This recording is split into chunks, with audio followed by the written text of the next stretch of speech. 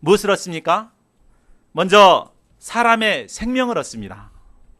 사마리아 사람은 강도 만나 죽게 된 사람을 사랑함으로써 그의 생명을 구했습니다. 우리도 이웃 강도 만난 자들을 이렇게 도와줄 때 그들의 생명을 살리는 역사를 이루게 됩니다. 또한 우리가 이웃 사랑을 실천할 때 사람을 얻게 됩니다. 미움은 이웃도 원수로 만들지만 사랑은 원수도 이웃으로 만듭니다. 우리가 사랑할 때 양을 얻고 동역자를 얻고 목자를 얻고 스승을 얻습니다. 사람을 얻는 것은 재물이나 권세나 명예를 얻는 것보다 훨씬 값진 것입니다. 무엇보다 이웃사랑을 실천할 때 영생을 얻습니다. 물론 영생은 하나님을 믿음으로써만이 얻을 수 있습니다.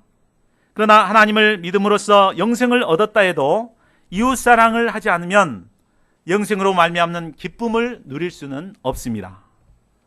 예수님도 이를 행하라 그러면 살리라 라고 하시므로 하나님을 사랑하고 이웃사랑을 실천할 때만이 영생을 얻을 수 있음을 말씀해 주셨습니다. 우리가 이웃사랑을 실천할 때 영생을 확신하게 되고 또 그로 말미암아 영생의 기쁨과 행복을 누릴 수 있습니다. 저희 모두가 이웃사랑을 실천함으로써 사람의 생명을 살리고 또 사람들을 얻고 영생의 기쁨을 얻게 되기를 기도합니다. 그러면 이기적이고 자기중심적인 우리가 어떻게 자기를 희생해서 이웃사랑을 실천할 수 있습니까? 그것은 우리에게 베푸신 예수님의 사랑을 덧입을 때 가능합니다. 예수님을 영접하기 전 우리는 모두 죄와 사탄이라는 강도를 만나 죽게 된 자들이었습니다. 죄에 찌들어 심히 부패하고 냄새나는 자들이었습니다. 거룩하신 하나님과 이런 우리와는 원수라면 몰라도 도저히 이웃이 될 수 없는 사이였습니다. 그러나 예수님은 죽어가고 있는 우리를 돕기 위해 저희들을 찾아오셨습니다. 오셔서 그의 목숨을 버리시기까지 우리를 돌보아 주셨습니다. 죄로 병든 우리가 완전히 나음을 얻고 살아나기까지 도와주셨습니다. 우리가 이 예수님의 사랑을 덧입을 때 어떤 문제 많은 이웃에게도 사랑을 실천할 수 있습니다. 제2부 마르다와 마리아 38절에서 42절 말씀입니다. 저희가 길 갈 때에 예수님께서 한 촌에 들어가셨습니다. 거기에는 나사로와 마르다와 마리아가 살고 있었습니다. 예수님은 부모 없는 이들을 사랑하셔서 이들의 부모가 되어주셨습니다. 예수님은 종종 그 집을 찾아오셨습니다. 예수님의 신방은 이들에게 큰 기쁨이었을 것입니다. 마르다와 마리아는 각각 예수님을 어떻게 영접했습니까? 마르다는 부엌에 가서 열심히 음식을 준비했습니다. 반면 마리아는 주의 발 앞에 앉아 주의 말씀을 들었습니다. 이 둘 다 손님을 접대하는 데 꼭 필요한 것이었습니다. 그런데 마르다에게 문제가 생겼습니다. 마르다는 사랑하는 예수님을 위해 맛있는 것을 많이 준비하고 싶었습니다. 또 언제나 식욕이 왕성한 제자들을 위해서도 많은 양의 음식을 준비해야 했습니다. 그에게는 일손이 너무 부족했습니다. 그는 이로 인해 마음이 분주해졌습니다. 그런데 이 바쁜 때에 마리아는 얌체같이 앉아 주의 말씀만 듣고 있었습니다. 마르다는 화가 났습니다. 마음에 불편이 생겼습니다. 그는 예수님께 나아가 입을 내미며 말했습니다. 주여, 내 동생이 나 혼자 일하게 두는 것을 생각지 아니하시나이까? 저를 명하사 나를 도와주라 하소서. 많은 일을 하는 사람에게 생기기 쉬운 문제는 바로 자기 의와 불평하는 마음입니다. 예수님은 이런 마르다에게 무엇이라고 말씀하십니까?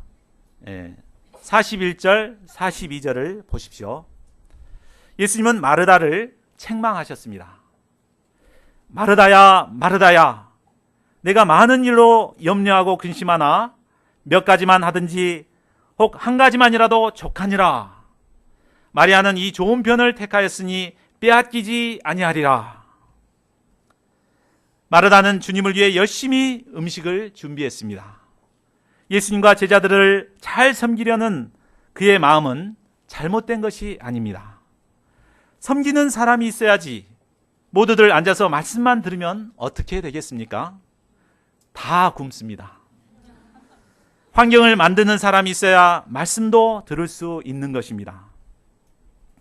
그러면 예수님께서 말씀하시는 의미가 무엇입니까? 너무 많은 일을 혼자 하려다가 힘들어지기보다는 자기가 할 수 있는 일을 하라는 것입니다. 혼자 밥도 하고 찌개도 끓이고 청소도 하려고 하다가 지치고 피해의식에 빠지기보다는 할 수 있는 일 한 가지만 잘하면 된다는 것입니다. 마리아는 이것을 깨닫고 그 일을 선택했습니다. 즉 그녀는 예수님의 말씀을 듣는 그 일에 집중하였고 그것은 자기가 할 수 있는 최선의 일이라고 생각했습니다. 예수님은 우리가 섬기는 일에 얽매여 말씀을 소홀히 하기보다 먼저 예수님의 말씀을 듣고 그 말씀에 순종함으로써 하나님 자녀다운 인격을 쌓기를 원하십니다. 또한 우리가 예수님의 말씀을 통해 인격이 변화될 때 섬기는 일도 감사함과 기쁨으로 감당할 수 있습니다. 결론입니다. 예수님께서는 율법 교사에게 이웃 사랑을 실천하라고 가르쳐 주셨습니다.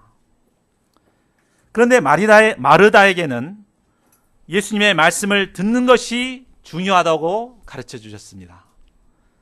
얼핏 보면 이 두 가르침은 서로 충돌되는 것 같습니다. 그렇죠? 율법 교사는 율법을 달달달달 외우고 말씀 막 달달달달 외우는데 그에게 부족한 것은 이웃사랑이었죠. 그래서 이웃사랑을 실천해라 그랬고, 마르다는 열심히 섬겼는데 그러지 말고 말씀을 들어라 이렇게 했습니다. 전혀 반대되는 것 같죠. 그러나 이웃사랑을 실천하는 것과 예수님의 말씀을 듣는 것은 동전의 양면처럼 뗄 수 없는 관계입니다. 이웃사랑이 열매 맺기 위해서는 예수님과의 깊은 사랑의 뿌리가 견고해야 합니다. 예수님과의 깊은 사랑의 교제는 우리로 하여금 사랑을 실천하게 하는 전원과도 같습니다. 아무리 좋은 스마트폰을 갖고 있어도 배터리에 전원이 없으면 사용할 수가 없죠. 그러니까 예수님과 깊은 교제를 통해서 사랑을 공급받는 것은 마치 배터리의 전원을 공급받는 것과 같습니다. 그래서 배터리의 전원을 공급받을 때 우리가 그 힘을 덧입어서 이웃사랑을 실천할 수 있게 되는 것입니다. 가을학기 예수님의 말씀을 통해 예수님의 사랑을 충만하게 덧입고 우리의 도움을 필요로 하는 이웃에게 사랑을 실천하는 저희 모두가 될 수 있기를 기도합니다. 요절 말씀 36절과 37절을 읽고 기도하겠습니다. 36절 37절 시작. 내 생각에는 이 세 사람 중에 누가 강도 만난 자의 이웃이 되겠느냐. 이르되 자비를 베푼 자니이다. 예수께서 이르시되 가서 너도 이와 같이 하라 하시니라. 다 같이 통성으로 기도하는 시간 갖고자 합니다. 오늘 예수님께서는 나를 중심한 이웃관을 가지고 있는 저희들에게 도움이 필요한 사람 중심의 이웃관을 갖도록 가르쳐 주셨습니다. 그동안 저희가 나를 중심한 이웃관에 빠져서 정말 도움이 필요한 자들을 외면하고 돌아설 때가 얼마나 많았습니까? 그러나 우리 주위에는 나의 도움을 간절히 필요로 하는 자들이 얼마나 많습니까? 예수님께서는 바로 이런 그들에게 가서 사마리아 사람처럼 사랑을 실천하라고 말씀하십니다. 이 시간 제가 이 말씀에 순종하여서 사랑을 실천하는 사랑의 종이 되고자 하는 결단을 드리는 기도를 통성으로 드리겠습니다. 기도하겠습니다. 아버지 하나님,